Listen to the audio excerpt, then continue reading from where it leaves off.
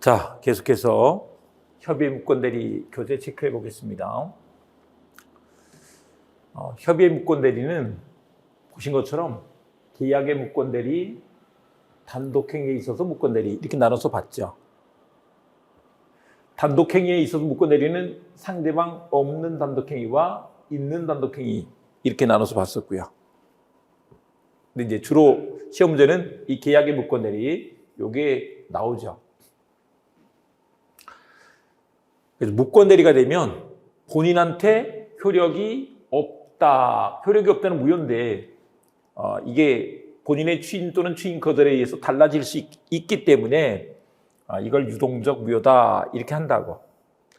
그 상태에서 본인한테는 추인권과 추인 거절권이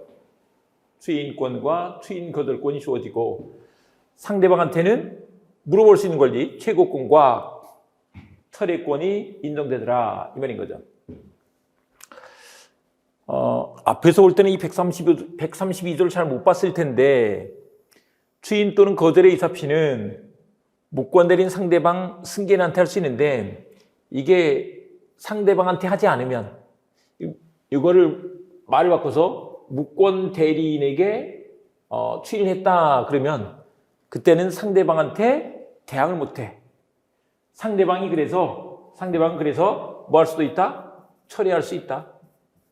또 이걸 본인이 대항을 못하는 거니까 있었다고 주장하는 건 상관없죠. 주장할 수 있다. 이렇게 된다. 그러나 상대방이 사실을 안 때는 그러하지 아니하다. 그래서 알 때까지 안 때는 대항할 수 있어. 이렇게 된다. 이 말인 것입니다. 자, 이렇게 되고 그 다음에 추인의 당사자에서 추인권자는 기본적으로 본인이죠. 그리고 본인이 사망하면 상속인, 그리고 법정 대리인, 임의 대리인도 특별 수권을 받으면 할 수 있죠. 네, 될 수 있다. 그 다음에 추인의 상대방, 그러면 무상승이라고 무권 대리인 상대방 승계인 이렇게 된다. 무권 대리인에게 할 수도 있고 상대방에게 할 수도 있고 승계인한테도 할 수 있다. 근데 그걸 무권 대리인한테 했을 때는 상대방이 사실을 알 때까지는 추인의 효력을 주장할 수 없다. 대항하지 못한다. 이렇게 되어 있는 거죠. 그렇기 때문에 상대방은 뭐 할 수도 있고 처리할 수도 있고 또 추인이 있었음을 주장할 수도 있다라고 한다. 132조 요걸 잘 보시라고요. 그 다음에 추인의 방법에서 추인은 반드시 명시적으로 해야 되는 게 아니고 묵시적 추인을 할 수도 있다고요. 근데 묵시적 추인과 관련해서 매매대금의 일부를 받는다든지 기한의 유예를 요청해 이런 것들은 묵시적 추인이 된다고. 근데 가만히 있는 것은 이게 묵시적 추인이 되지 않는다.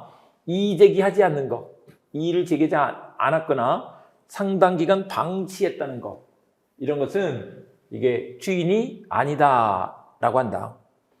또 추인을 할 때 하려면 다 해야지. 전부 추인해야지. 일부 추인하거나 변경을 가한 추인은 안 된다.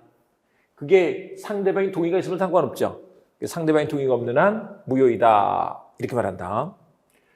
그리고 특히 묵시적 추인과 관련해서 이제 이걸 좀 보시는데 묵시적 추인은 이게 가만히 있다고 추인이 아니고 추인으로 인정될 만한 어떤 행동이 있어야 된다고. 사정이 있어야 돼. 우리 판례는 사정이라는 표현을 쓰고 있다.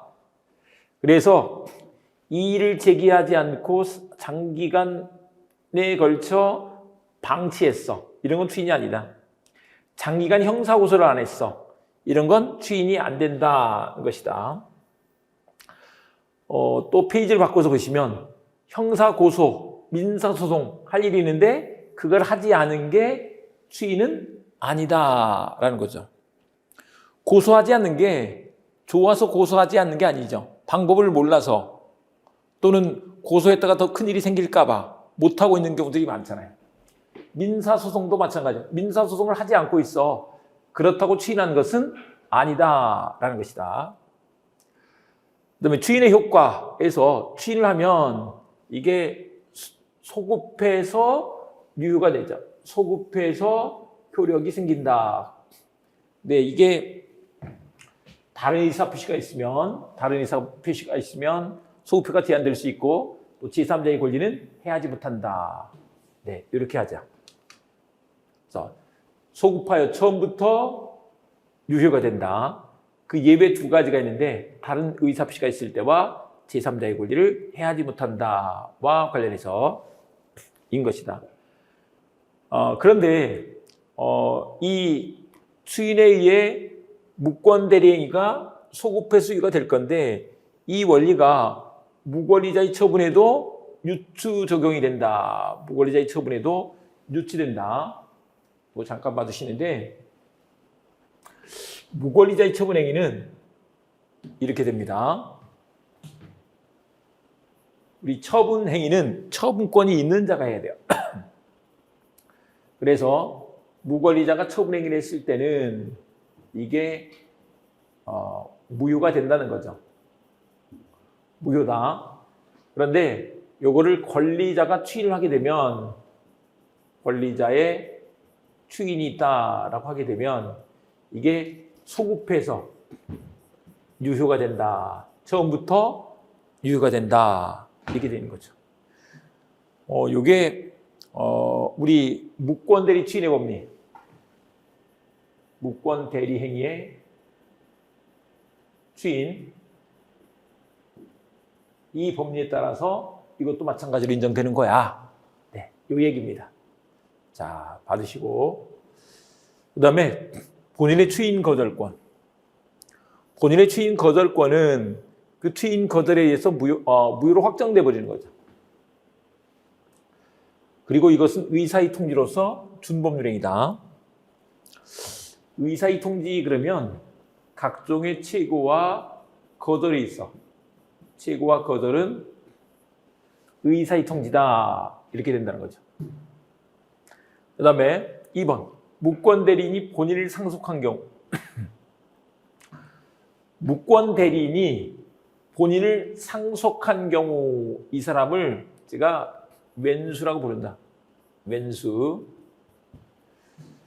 이게 아버지 집을 아버지가 시키지도 않았는데 다른 사람한테 팔아버렸어.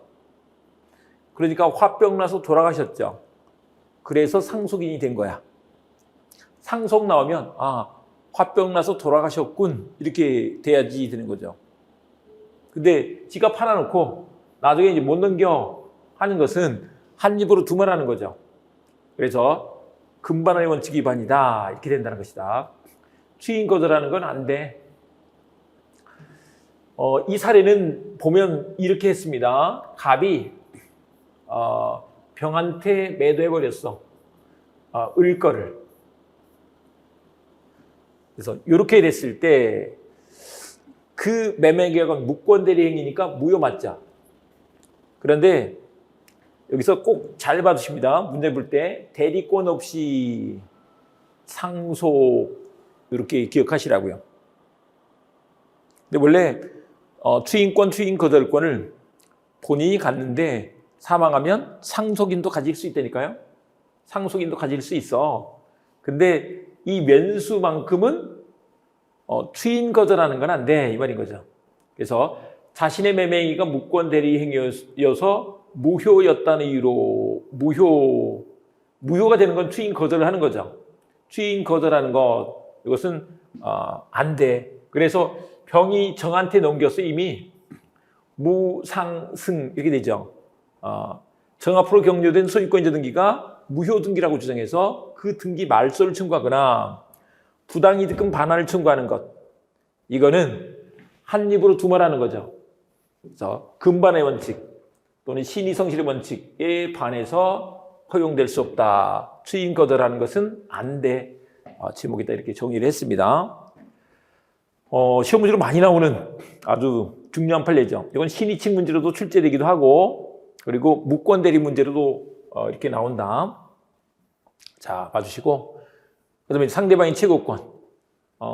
이제 이것을 상대방은 독촉할 수 있어. 추인할까요? 거절할까요? 독촉할 수 있다. 상대방은 상당한 기간을 정하여 본인에게 그 추인 내외의 확답을 최고할 수 있다는 거죠. 확답을 최고할 수 있다. 근데 거기서 본인이 그 기간 내 확답을 바라지 아니한 때는 발신주의죠. 추인을 거절한 것으로 본다. 시험대로 많이 나온다. 그런데 이 최고는 누구도 할 수 있다? 악의 상대방도 할 수 있다. 최고는 악의자도 할 수 있어. 최악 동그라미, 최악동. 그런데 상대방의 철회권, 대리권 없는 자가 한 계약은 이게 추인이 있고 난 뒤에는 처리하면 안 된다라고 했죠. 이때 처리할 수 있다. 그런데 안 때에는 못해. 그래서 철회는 악의자가 못해. 선의자만 할 수 있지. 철학스 이렇게 기억을 하시라고. 근데 이게 본인의 추인 또는 추인 거절이 있기 전에만 할 수 있는 거죠. 추인이 있어서 유효가 돼버린 뒤에는 처리하면 안 되죠. 추인 거절이 있어서 무효로 확정됐으면 처리할 필요가 없는 거잖아요. 그래서 그렇게 해서 무효로 확정시키는 거죠.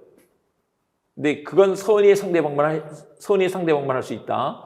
처리를 하게 되면 확정적 무효가 된다. 그런데 이 악이었다는 것, 이건 누가 증명해야 되느냐인 건데 철회는 상대방이 할 거잖아요. 근데 이제 본인이 근데 너 여기서 봐보세요. 본문과 단서, 안 때에는 못하는 거잖아요. 원칙과 예외. 그래서 나 이게 철회할 거야 이렇게 하는데 근데 너 악이니까 못해 이렇게 하는 거죠.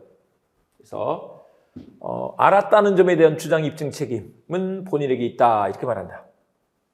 자 이렇게 되고 그 다음에 이번에 무권 대리인과 상대방 사이 효과가 나와 있는데 이 조문은 다 이제 체크했고요. 어쨌거나 이 무권 대리 행위는 무과실의 법정 책임이다. 그래서 무권 대리 행위가 제3자 기망이나 문서 위조 등 위법 행위로 야기되었다고 하더라도 책임이 부정되지 않는다. 책임져야 돼. 네, 이렇게 되죠. 무과실의 법정 책임. 그 다음에 이제 책임의 요건에서 대리인으로 계약을 한 자가 이게 대리권 있음을 증명하지 못하고 또 2번 본인의 추인을 얻지 못하고 있을 때 표현 대리가 성립하면 이 135도 책임을 물을 수 없는 것이기 때문에 표현 대리도 성립하지 않을 때 그리고 상대방의 선의 무과실 상대방이 알았거나 알 수 있었으면 안 돼. 선의 무과실해야 돼.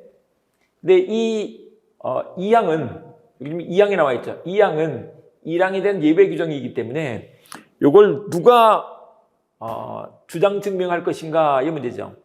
근데 상대방이 지금 무권 대리인한테 책임을 묻는 거예요. 1항에 따라서. 그런데 2항은 예외니까 반대 당사자가 무권 대리인이 되는 거죠. 너 알았거나 알 수 있었잖아. 그러니까 나 책임 못 져. 이렇게 하고 있는 거죠. 그리고 한 가지 더 무권 대리인이 행위 능력자일 것. 무권 대리인은 행위 능력자야 돼. 제한 능력자한테는 책임을 묻지 못한다. 그리고 책임 내용에서 이건 상대방의 선택에 따라 계약을 이행할 책임 또는 손해를 배상할 책임이 있다라고 한다. 이행 책임 또는 손해배상 책임 문제가 있고 여기서 소멸시효는 권리를 행사할 수 있는 때로부터 그래서 선택권을 행사할 수 있는 때로부터 진행한다라고 한다. 네. 근데 선택권 행사할 수 있는 때가 언제냐? 대리권의 증명 또는 본인의 주의를 얻지 못한 때라고 할 것이다라고 한다. 그 다음에 됐고 단독행위 무권 대리는 이제 정의했습니다. 상대방 없는 단독행위는 언제나 무효다. 언제나 무효가 되는데 뭐 재단법인 설립행위나 소유권 포기나 이런 것들이 그렇습니다. 그래서 본인의 추인이 있더라도 아무런 효력이 생기지 않고 무권 대리인의 책임도 생기지 않는다. 그런데 이게 왜 언제나 무효라고 해석했느냐? 136조를 봤더니 이게 유효가 될 수 있는 가능성을 좀 남겨놨는데 이게 상대방이 있는 단독행위만 규정을 하고 상대방 없는 단독행위는 규정을 안 했잖아요. 그러니까 상대방 없는 단독행위는 유효가 될 여지가 없는 거지. 그래서 언제나 무효 이렇게 해석을 한 것이다. 그 다음에 상대방 있는 단독행위는 이제 또 그걸 원칙적으로 무효라고 하는데 이 상대방 보호 필요성 때문에 능동대리와 수동대리로 나눠서 능동대리, 수동대리 이렇게 해가더라 이 말인 거죠. 자, 여기까지 해두시고 그 다음에 법률행위 무효와 취소 편으로 가셔서 공부를 해보도록 하겠습니다. 일단 무효와 취소 문제가 나와 있는데 이 무효와 취소는 여기서부터 봐보겠습니다. 이게 민법 총칙의 법률행위 파트 총정리다 이렇게 또 볼 수 있어요. 왜 총정리냐 그러면 일단 이거 한번 봐보자고요. 매도인 갑과 매수인들이 X를 10만 원에 매매 계약을 맺었대. 우리가 이제 처음 법률행위 파트에 오셔서 공부할 때 이렇게 했습니다. 근데 이게 효력이 있는지는 일단 계약이 성립하고 그 다음에 효력을 검토한다. 효력이 있는지 검토를 하는 거죠. 근데 유효 요건을 다 갖췄어. 그럼 유효잖아요.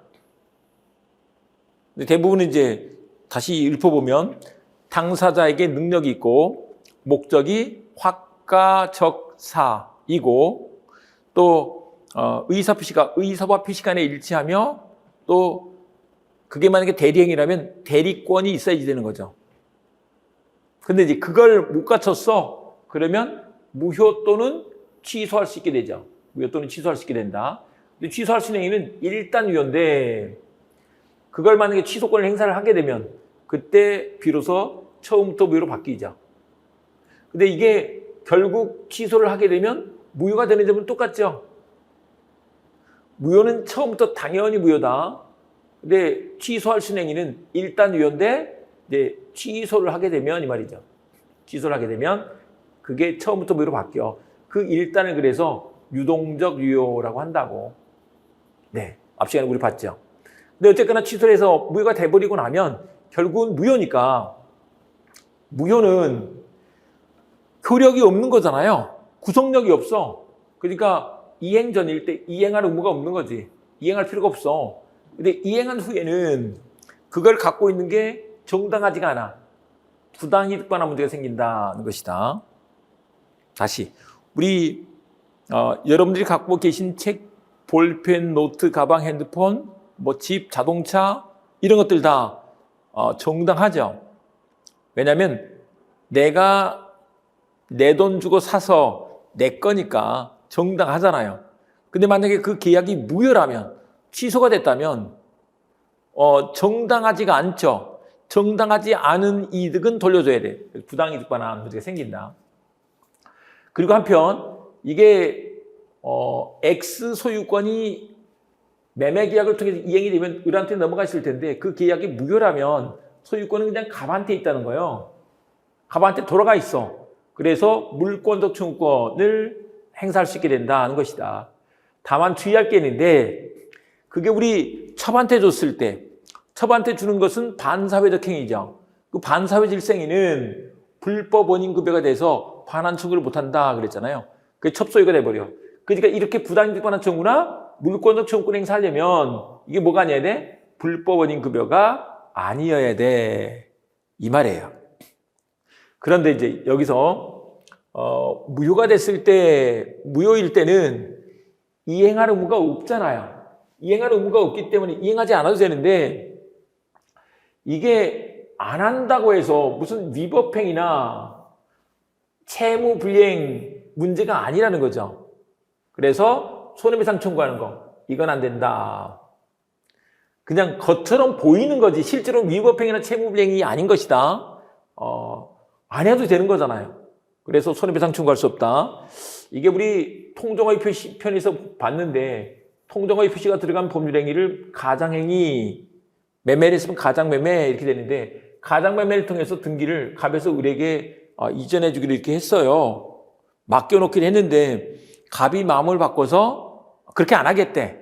그랬더니 네가 나한테 등기를 안 넘겨줘서 나한테 이런 손해가 생겼어 라고 손해배상 청구할 수 있겠느냐 이 말이에요. 근데 그런 거 안 돼 이 말인 거죠. 자 이렇게 두시고 그 다음에 이제 무효와 취소의 차이점을 좀 봐보겠습니다. 무효와 취소의 차이점. 이거 꼭 알아두셔야 되는데 우리 취소는요 취소권자가 한정돼 있어요. 하나요. 그리고 취소권자의 주장이 있어야 비로소 효력이 없어지죠. 그런데 무효는 누구나 주장할 수 있어요. 누구라도 주장할 수 있다. 그리고 처음부터 당연히 효력이 생기지 않죠. 이걸 당연무효라고 합니다. 당연무효. 취소를 해야만 취소가 되는데, 취소 효과가 생기는데 무효는 그렇지 않아. 그러니까 첫 계약은 본처가 아직 몰라서 무효를 주장하지 않고 있어. 그렇다고 유효인 게 아니죠.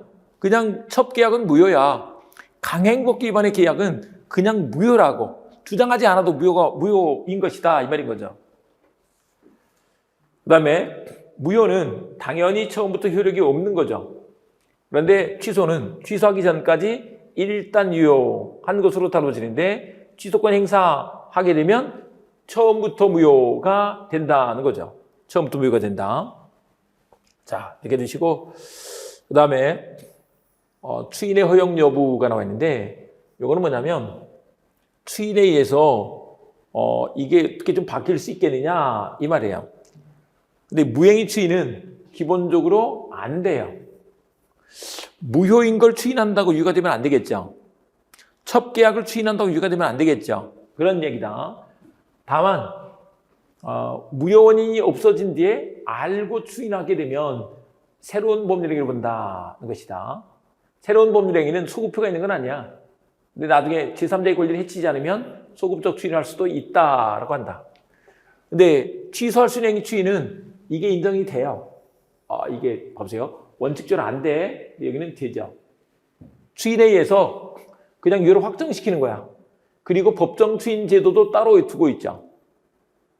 그 다음에 취소권 같은 경우는 제척 기간에 걸려서 일정한 시간이 경과하면 취소권은 소멸해버리게 되고 유효로 확정된다. 확정적으로 유효하게 된다.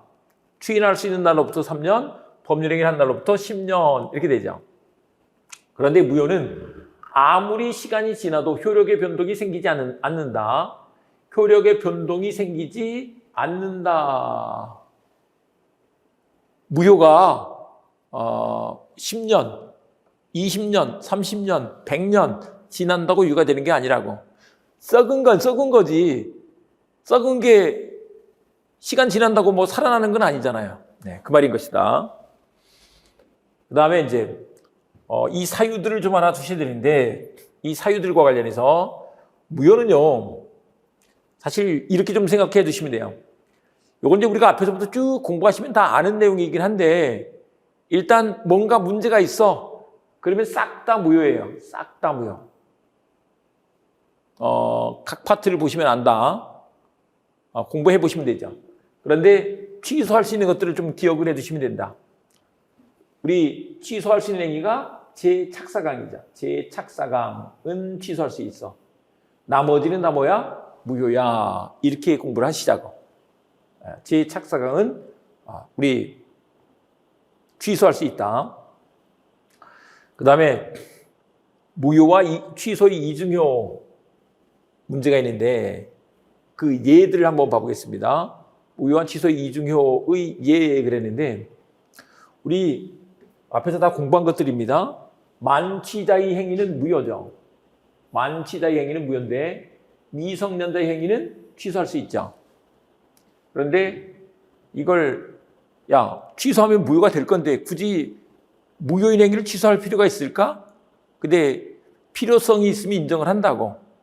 만취 상태에서 어떤 계약을 맺은 것은 나중에 시간이 지나면 만취 상태에서 벗어나 버리잖아요. 그러면 이제 사실 뭐 자기도 좀 헷갈릴 수 있는데 누가 증언해 줄 사람도 없고 증거가 없단 말이에요. 그걸 나중에 주장하기가 매우 어려워요. 근데 미성년자일 때 만약에 그 계약을 맺었다 그러면 미성년자인 건 객관적으로 좀 뭐 주민등록증이라든지 이런 것에 의해서 명확하게 나타나잖아요. 그러니까 이것은 나중에 증명이 쉬워. 그래서 취소를 하면 결국 무효가 될 거니까 그렇게 취소할 필요성이 있는 거죠. 그 다음에 우리 통정의 표시는 무효인데 통정의 표시 무효인 행위를 채권자 취소권 행사할 수 있다라고 하죠. 채권자 취소권 파트의 문제로 많이 출제가 되죠. 그 다음에 채무불이행 권리로 계약을 해제해버렸어. 그래도 뭐 할 수 있다? 차고 취소할 수 있다라고 했습니다. 매수인이 중도금을 안 주고 있으니까 매도인이 계약을 해제해버렸어요. 이행지체인데 이행을 하지 않으니까 계약 해제를 했어. 그래서 처음부터 무효가 된 거죠. 근데 그걸 중도금을 안 준 이유가 매수인이 그걸 착오로 잘못 사서 안 주고 있었던 거예요. 근데 이걸 살 일이 아니야. 근데 만약에 계약 해제 측면에서만 보면 처음부터 무효가 됐으니까 착오 취소하면 또 처음부터 무효가 될 거잖아요. 굳이 뭐하러 취소를 해? 그럴 수도 있지만 채무불이행은 또 어떤 문제가 남아있느냐? 손해배상 문제가 남아있잖아요. 손해배상을 해야 돼. 손해배상 하지 않으려면 아예 채무불이행이 아니게 만들어야 되는데 착오 취소를 해버리면 처음부터 무효가 되니까 채무가 없으니 채무불이행도 안 되잖아요. 손해배상 책임을 면할 그런 이익이 있다는 거죠. 그래서 그런 걸 인정한다. 그 다음에 유동적 무효인 행위도 사기나 강박을 이유로 취소할 수 있다. 예. 뒤에 가서 요 얘기가 나올 건데 여기서 잠깐만 좀 말씀드리자면 어떤 거냐면 이런 거예요. 우리 일단 논리적으로 좀 설명드리고 그 좀 더 재밌게 하는 건 뒤에서 볼게요. 뒤에서 나올 거니까. 우리 유효가 되려면 일반적 효력 요건과 특별 효력 요건을 다 갖춰야 돼요. 일반적 효력 요건 당목이 얘기했었고요. 특별 효력 요건 그래서 뭐 대리권 존재. 대리행에서는 대리권이 있어야 된다. 그 다음에 우리 토지거래 허가 구역 내에서 토지거래가 있을 때는 토지거래 허가도 받아야 돼요.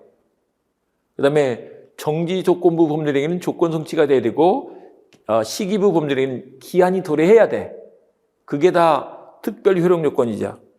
일반적 효력 요건과 특별 효력 요건을 다 갖춰야 돼. 다 갖춰야지만 된다고.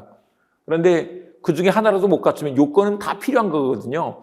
하나라도 갖추지 못하면 그냥 무효 또는 취소가 된다. 이런 얘기예요. 무효 또는 취소가 된다.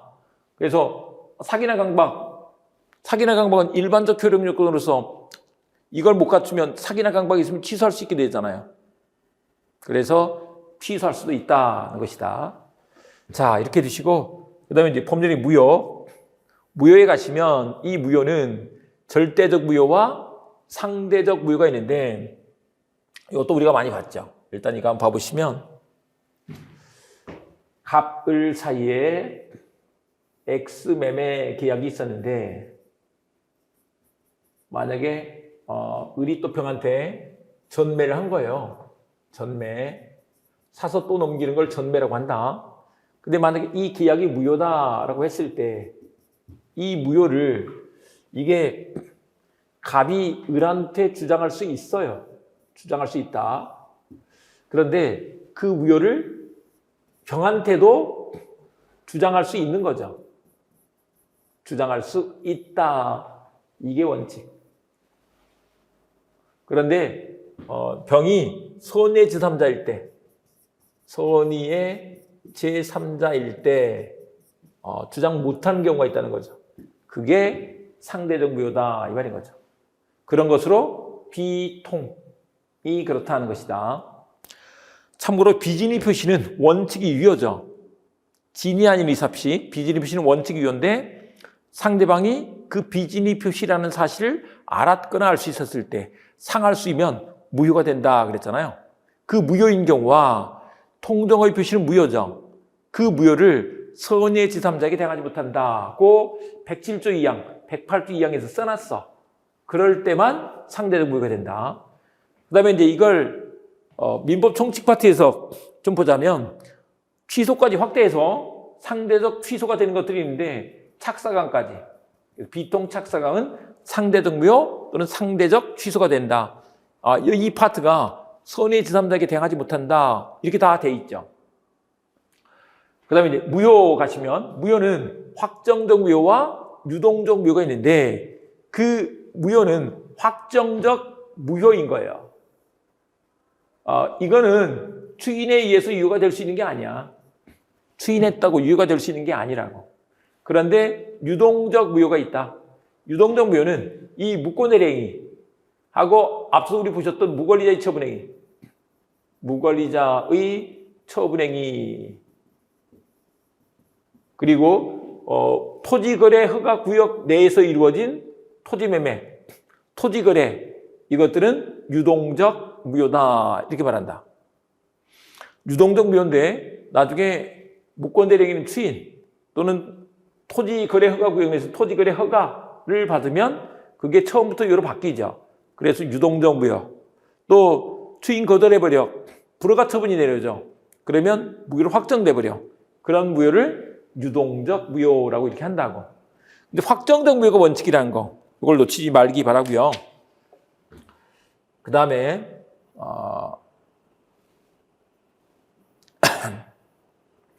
유동적 무효와 관련해서 이것들 한번 봐보도록 하겠습니다.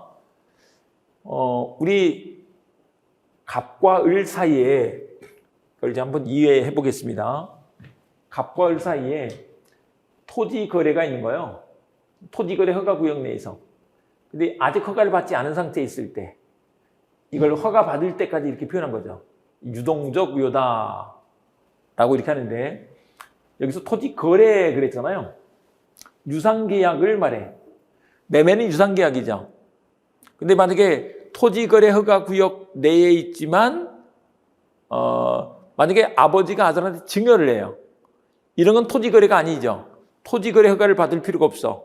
근데 이 토지거래 허가 제도를 왜 만들었냐 이걸 좀 아시면 좋을 텐데 이게 토지의 투기적 거래를 억제하기 위해서 지금은 이제 이게 좀 많이 완화가 됐는데 한참 뭐 몇 년 전까지 막 땅 투기 이런 것들 때문에 막 값을 올리고 막 난리가 나죠. 난리가 나고 그랬어가지고 특히 뭐 서울 시내 전역과 또 투기 우려가 있는 지역에서는 건물은 아니고 토지 거래할 때는 허가를 받고 해라 이렇게 했다는 거예요.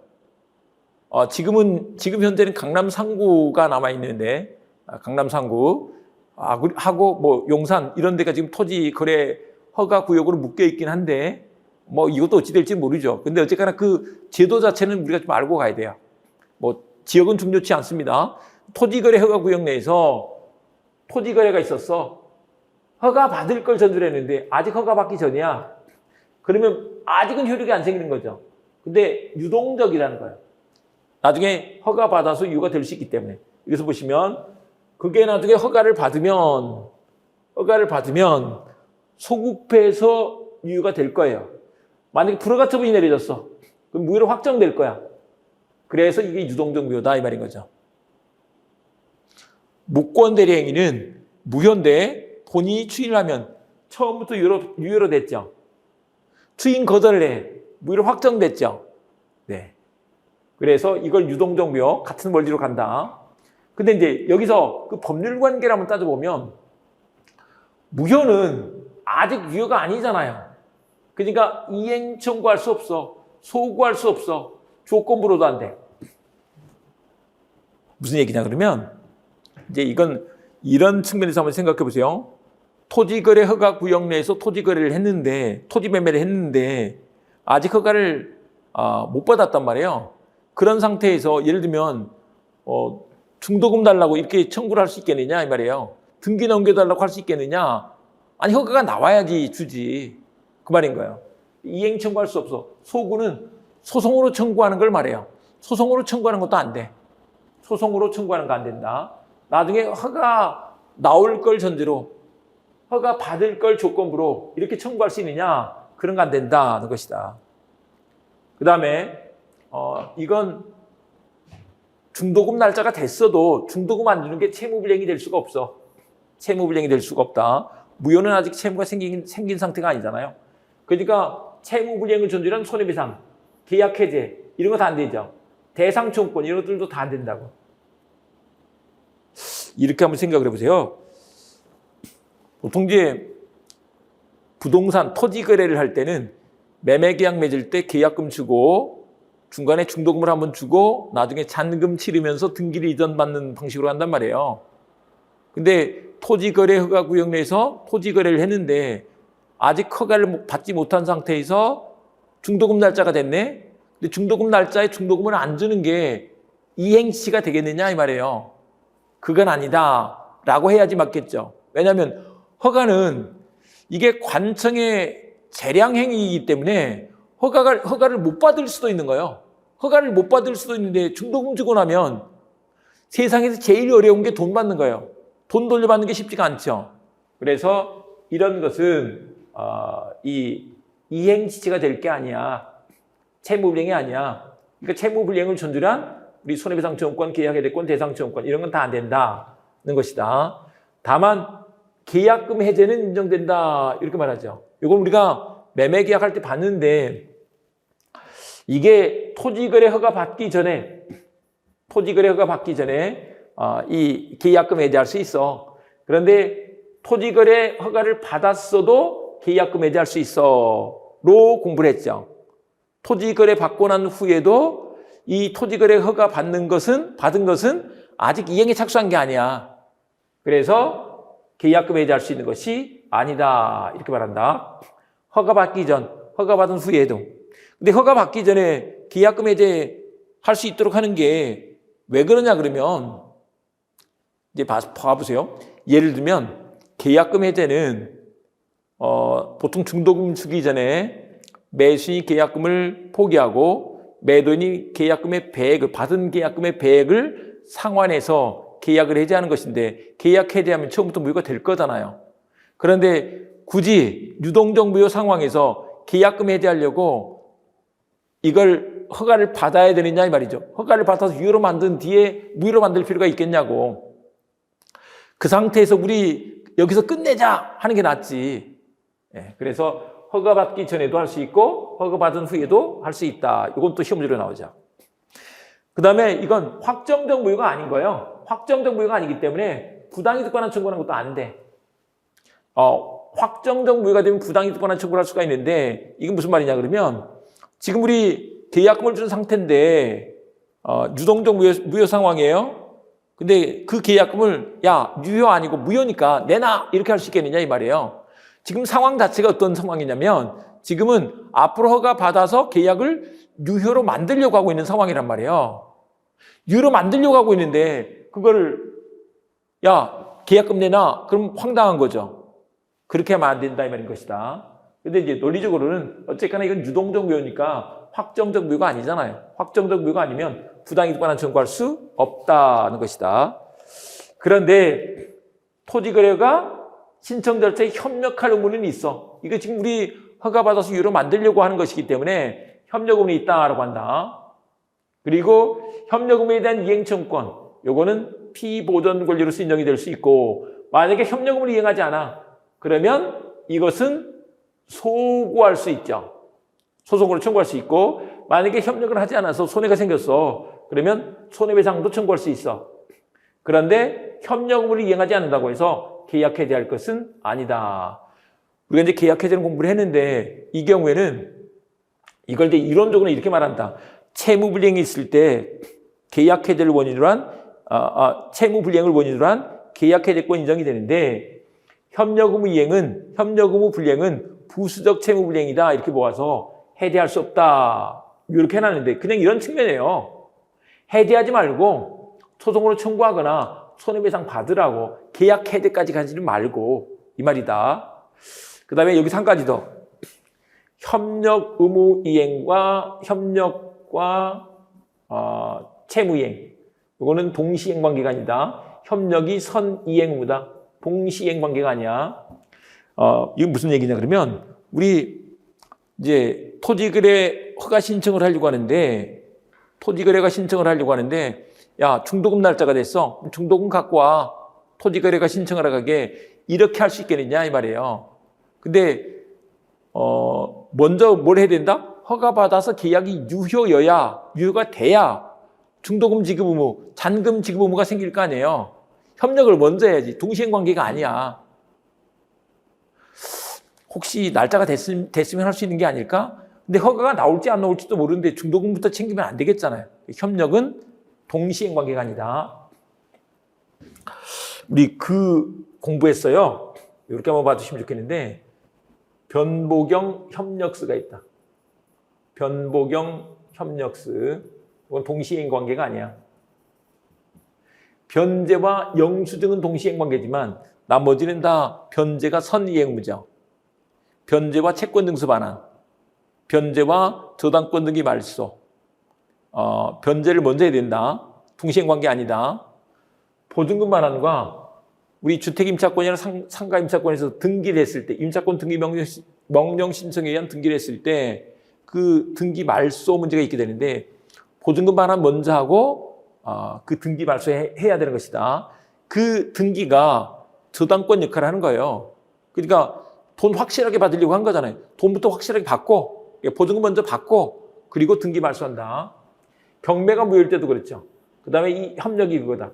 협력을 먼저 해야 된다고. 네, 됐죠. 이렇게 해주시고.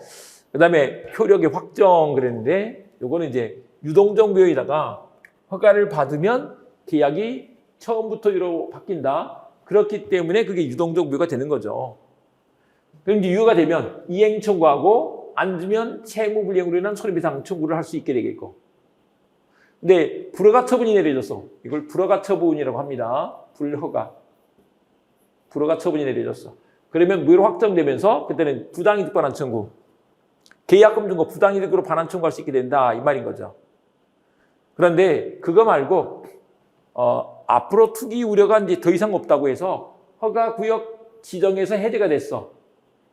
지정 기간이 만료되는데 재지정을 하지 않았어.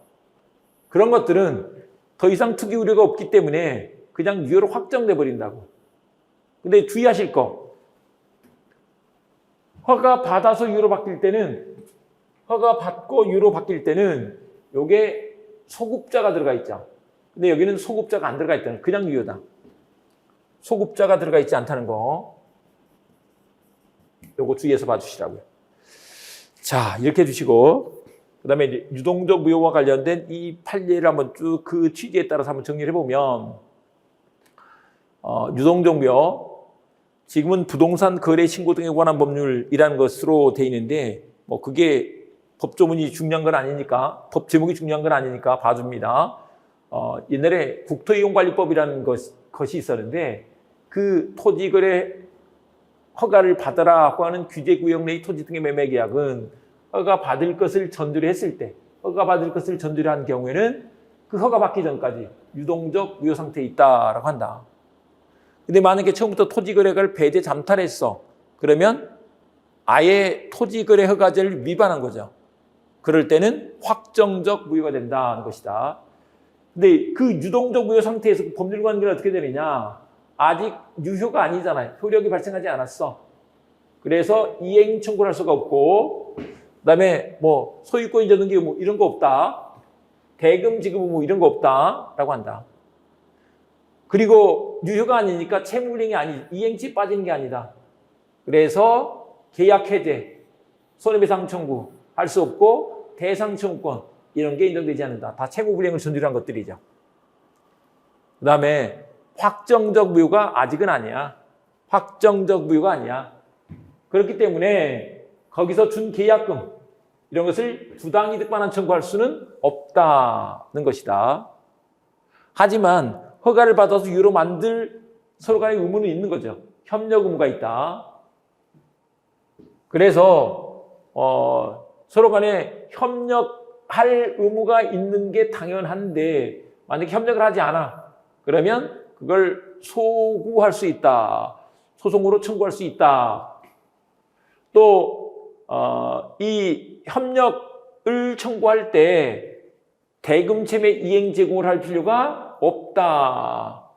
협력금 이행을 거절할 수 없다. 이렇게 했는데 이게 뭐냐? 동시행 관계가 아니다. 협력을 먼저 해야 된다. 그래서 협력해서 먼저 허가 받고 그 뒤에 돈 달라고 해야지. 야, 우리 토지거래허가 신청하러 가게 돈 준비해. 중도금 준비해. 이렇게 하면 안 된다고. 동시행 관계가 아니야. 그리고 관할관청으로부터 허가를 받을 수 없을 것이라는 사유로 협력금 이행을 거절할 수 없다. 그 다음에 이제 그 협력을 구할 수 있는 권리, 협력을 구할 수 있는 권리가 있게 되는데, 이때 채권자 대리권, 처분금지 가처분에서의 피보전 채권, 보존되는 채권이 된다. 피보전 채권이 된다. 이렇게 말한다. 그 다음에 그 협력을 하지 않아서 손해가 생겼을 때 손해배상 의무가 있게 된다. 근데 아예 손해배상 약정, 손해배상액을 예정하는 것을 할 수도 있는 거죠. 그런데 그 협력을 하지 않는다고 해서 이 계약을 해지할 수 있는 것은 아니다. 계약을 해지할 수 없다. 이렇게 하는 거죠. 그 다음에 이제 무효로 확정될 때가 있는데 이게 대표적인 게 우리 뭐냐 그러면 이제 불허가 처분이 있을 때 그렇죠. 그런데 관할 관청에 불허가 처분이 있을 때 확정적 무효가 되죠. 또 당사자 쌍방이 허가 신청 협력을 하지 않기로 의사표시를 명백히 했어. 야, 우리 그냥 여기서 그만두자 라고 하면 무효로 확정된다는 거예요. 그런데 단지 일방 당사자만이 불허가 처분을 유도할 의도가 있는 경우라면 불허가 처분이 있다는 사유만으로 확정적 무효 상태에 이르렀다고 할 수는 없다는 것이다. 그런데 이게 주의할 게 있다. 처음부터 허가를 배제 잠탈하는 계약을 체결했을 때는 그냥 확정적 무효지 유동적 무효가 아니라는 것이다. 배제 잠탈 그랬는데 토지 거래 허가 받지 말자라고 이렇게 배제 잠탈한 거죠. 잠탈은 잠수 타서 탈법 행위를 했다 이렇게 생각해 두시면 돼요. 그 중간 생략 등기 이거 잠깐 한번 보시면 우리 이제 이것도 잠깐 좀 알아두시면 좋겠는데 이런 거예요.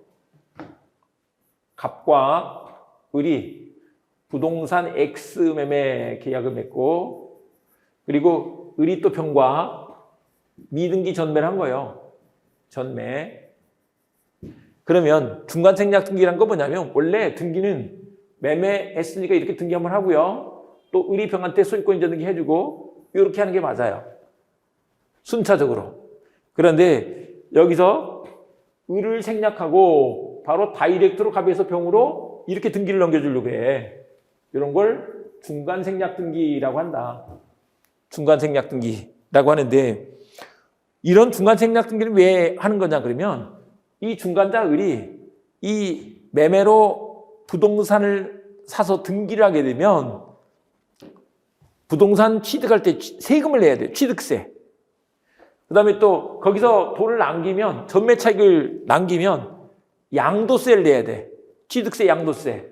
이런 걸 내야 되는데 그런 걸 피하려고 세금 포탈하기 위해서 이렇게 한단 말이에요.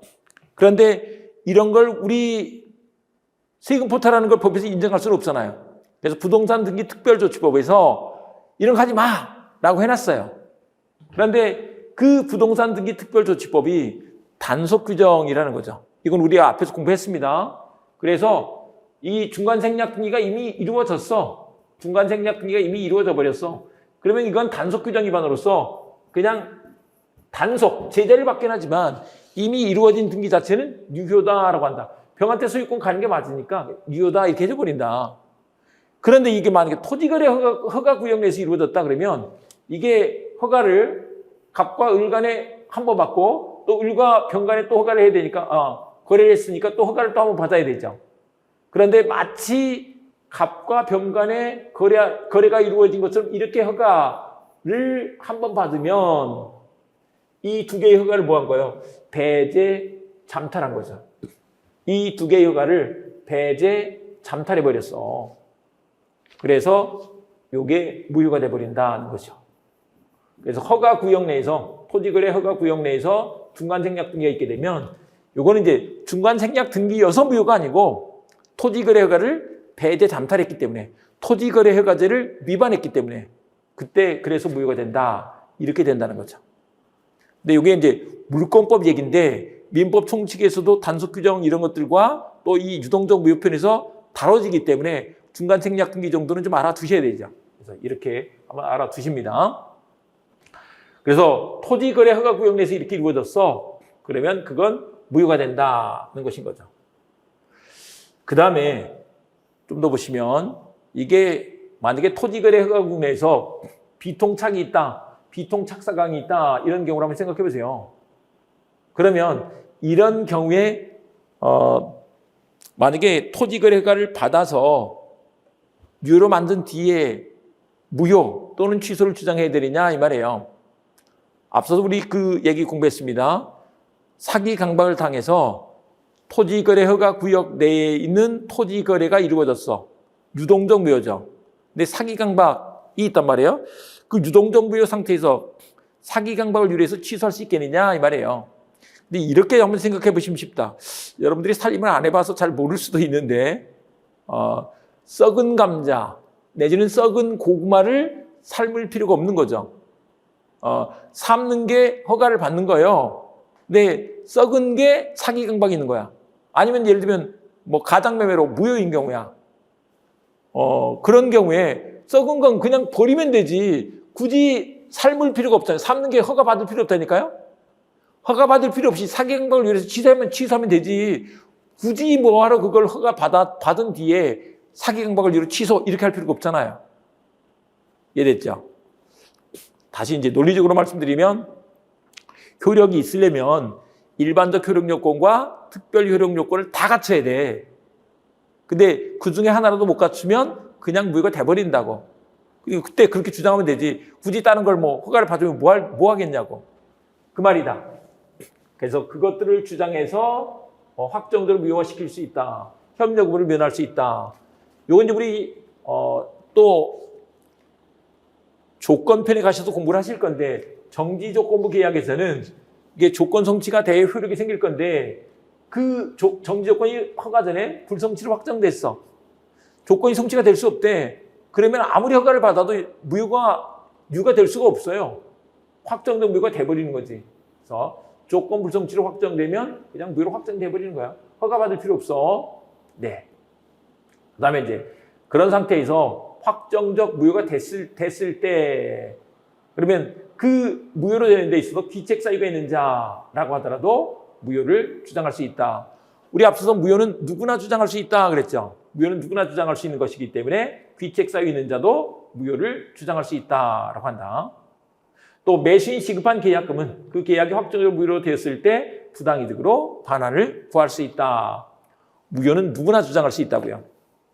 그 다음에 확정적 유효가 나와 있는데 이게 허가를 받으면 허가가 이루어지면 이건 소급해서 유효로 전환이 되죠. 그래서 이행 청구를 하고 만약에 채무불이행이 있으면 손해배상 청구하고 또 뭐 해제권도 인정될 수 있겠죠. 그런데 그 전에 토지거래 허가 구역 지정이 해제되거나 지정기간이 만료됐음에도 불구하고 재지정을 하지 아니한 경우에는 이제 투기 우려가 없어졌기 때문에 굳이 또 허가를 받아야 되는 건 아니다. 그냥 확정적 유효가 돼버린다는 것이다. 근데 일단 유효로 된 이상 그 토지가 토지거래 허가 구역으로 재지정되었다고 해서 다시 토지거래 허가를 받아야 되는 것은 아니다. 유효로 확정됐으니까 이제는 더 이상 필요가 없어. 이렇게 된다. 그 다음에 이 계약금만 수사한 상태에서 아까 우리 말씀드렸던 이거예요.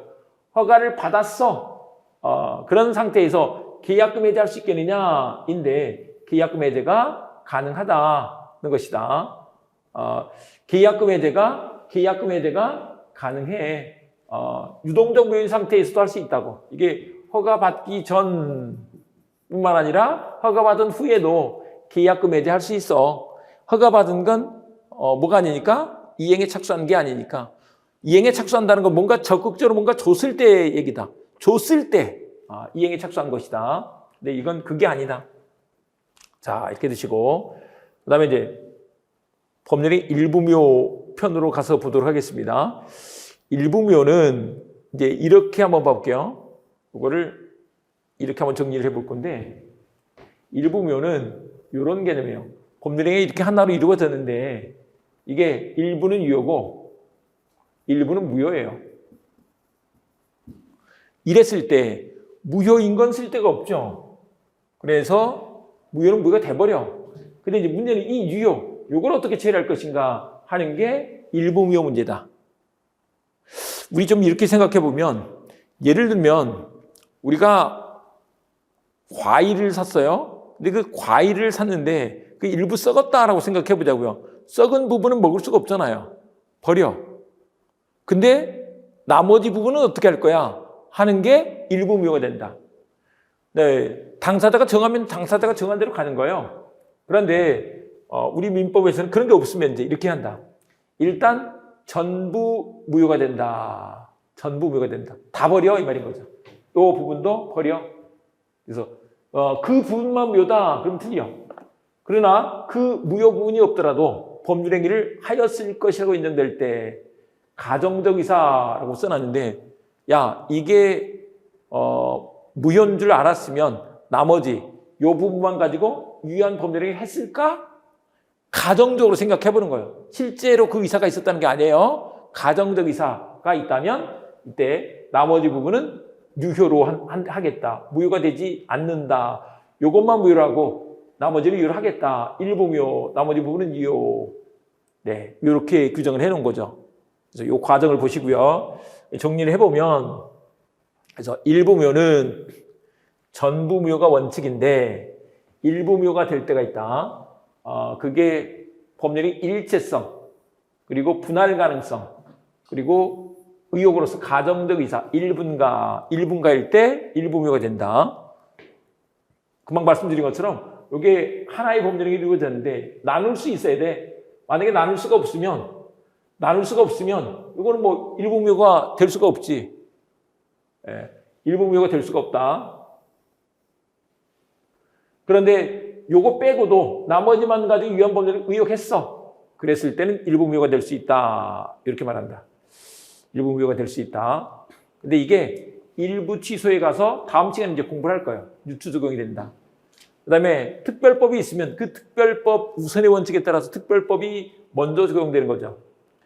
약관법에서는 이제 이건 뭐 우리 시험에까지는 잘 나오지는 않겠지만 한번 들어줄 필요는 있습니다. 약관 규제법이라는 게 있어요. 근데 그 약관법에서는 만약에 그 약관이 있으면, 무효인 약관이 있으면 그 무효인 약관만 드러내버려. 일부 무효예요. 근데 그 약관이, 그 무효가 된 약관 자체가 완전히 핵심적인 것이어서 그거 없으면 안 꼽는 찐빵이네? 그러면 전부 무효로 해요. 그래서 일부 무효, 전부 무효 이렇게 되는데 민법상으로는 전부 무효가 원칙이고 예외적으로 일부 무효가 된다. 이렇게 말한다. 자, 이렇게 해주시고, 그 다음에 무행위 전환 가시는데, 무행위 전환은 이제 이런 거예요. 요게 보자면 X 행위를 했는데 당사자가 그거 봤더니 무효예요. 근데 그걸 Y 행위로 바꿔서 봤더니 유효야. 근데 이게 X 행위가 무효인 줄 알았으면 Y 행위를 했을 것이다 라는 의혹, 전환 의사, 이것도 가정적 의사다 가 있으면 이렇게 인정해 주겠다는 것이다. 그런 사례로 많이 나왔던 게 옛날에 혼인 매의자, 지금은 뭐 지금 시대는 좀 그렇지 않은데 우리나라 가족법에서 이런 게 많이 문제됐습니다. 혼외자를 그 아빠가 본처 밑으로 본처 소생으로 출생 신고를 하는 경우가 있어. 혼인 중외자로 출생 신고를 했어. 그렇다고 그게 유효가 본처 자식은 아니잖아요. 무효인 거지. 그런데 그게 어떤 거 인지신고로서는 의미가 있을 수 있다는 거죠. 그리고 또 옛날에 양자들을 입양을 할 때 그걸 좀 비밀리에 입양하는 경우들이 많았어요. 요즘 공개 입양하는 게 더 좋다고들 많이 하는데 그러면서 자기 친아들처럼 출생신고를 했어. 그런데 그걸 입양신고로 바꿔서 인정해 줄 수도 있겠다. 그 다음에 상속 포기는 상속 개시된 후에 하는 것인데 어쨌거나 상속 포기가 그 효과를 어쨌거나 그 요건이 갖추지 않아서 무효예요. 근데 그걸 협의 분할로 바꿔서 인정할 수는 있겠다는 것이다. 시험은 이제 이게 나온다. 우리 매매 대금 과도로 불공정한 법률행위가 있는데 그걸 적정한 금액으로 감액해서 이렇게 바꿔서 인정해 주는 거. 자, 요거는 우리 보십니다. 불공정한 법률행위는 무행위 전환 안 돼. 전환돼. 추인은 안 돼. 전환은 돼. 추인은 안 돼. 이렇게 기억을 해 주시라고. 이게 시험 문제로 많이 나온다고. 조문 한번 보시면 무효인 법률행위가 다른 법률행위 요건을 구비하고 X가 Y 요건을 구비하고 당사자가 그 무효를 알았더라면 다른 법률행위를 하는 것을 의혹하였으려고 인정될 때 가정적 의사라고요. 다른 법률행위로서 효력을 가진다라고 이렇게 두고 있다는 거죠. 그 다음에 이제 무행위 추인으로 가시는데 무행의 추인은 이런 측면의 얘기입니다. 일단 먼저 이거 한번 생각해 보자고요. 무행의 추인을 인정하면 될까의 문제예요. 그런데 우리 무효인 법률행위는 추인해도 효력이 생기지 아니한다. 추인해도 안 돼. 왜 그러냐 그러면 아니 추인해가지고 유효가 될 거면 우리 첩계약 맺은 거 그냥 추인하면 되겠네? 말도 안 된다는 거죠. 말도 안 돼. 추인하여도 그 효력이 생기지 아니한다. 그런 것으로 강행법 위반이나 반사회 질서행위, 불공정한 법률행위 이런 것들은 추인에 의해서 유효가 될 수 있는 게 아니야. 그러나 당사자가 그 무혐의를 알고 추인한 때는 새로운 법률행위를 본다. 이렇게 해놨죠. 예. 근데 그 내용을 잠깐 한번 정리를 해보면 그래서 원래 원칙은 무행의 추인은 안 돼. 무효사유가 있는데 추인한다고 유효가 되면 되겠냐고요. 추인은 야 우리 계속 고 이런 뜻이에요. 근데 강행법규를 위반했는데 추인한다고 유효가 되면 법을 만든 이유가 없잖아요. 첩계약은 무효인데 둘이 만나서 한 번 더 야 우리 계속 고 변치 말자 한 번 더 약속한다고 유효가 될 거면 103조가 뭔 필요가 있냐고요. 불공정한 법률행위도 마찬가지야. 추인에 의해서 유효가 될 수 있는 게 아니야. 근데 이제 무효원이 없어졌어. 그러면 이때는 이제 추인을 해도 된다 이런 얘기죠. 대표적인 게 가장매매 같은 경우인데 가장매매는 가짜로 했기 때문에 뭐예요? 그런데 진짜로 하기로 했어. 무효원인 소멸 후에 알고 추인을 하면 그때는 새로운 법률행위를 본다. 비소급적 추인이라고 하는데 근데 제3자가 없으면 채권적 소급적 추인을 해도 돼. 새로운 법률행위를 본다 그랬잖아요. 새로운 법률행위를 본다. 새로운 법률행위 봐. 소급표가 없어. 당사자의 합의에 의한 채권적 소급적 추인을 인정한다. 잠깐 한번 좀 더 이렇게 바꿔서 한번 설명드려보면 예를 들면 이런 거요. 우리 가장매매를 한 거야. 가짜로 매매를 했단 말이에요. 통정의 표시가 있어. 그러면 무효잖아요. 그런데 나중에 그걸 추인을 했어. 예를 들면 이게 1월 5일 날 가장매매를 했는데 이걸 2월 5일 날 추인을 했어. 그러면 그때는 가짜로 했지만 이제부터 뭐 하는 것을 하자? 새로운 매매에 있는 것을 하자. 말릴 필요가 없는 거죠. 새로운 법률행위로 본다 이 말인 거죠. 그래서 앞으로 유효가 되는 거야. 아니다가 앞으로 유효가 된다고. 그래서 소급표가 없다 이렇게 말한다. 그런데 야 그냥 우리 1월 5일부터 진짜 매매에 있었던 것을 하자. 말릴 필요가 없잖아요.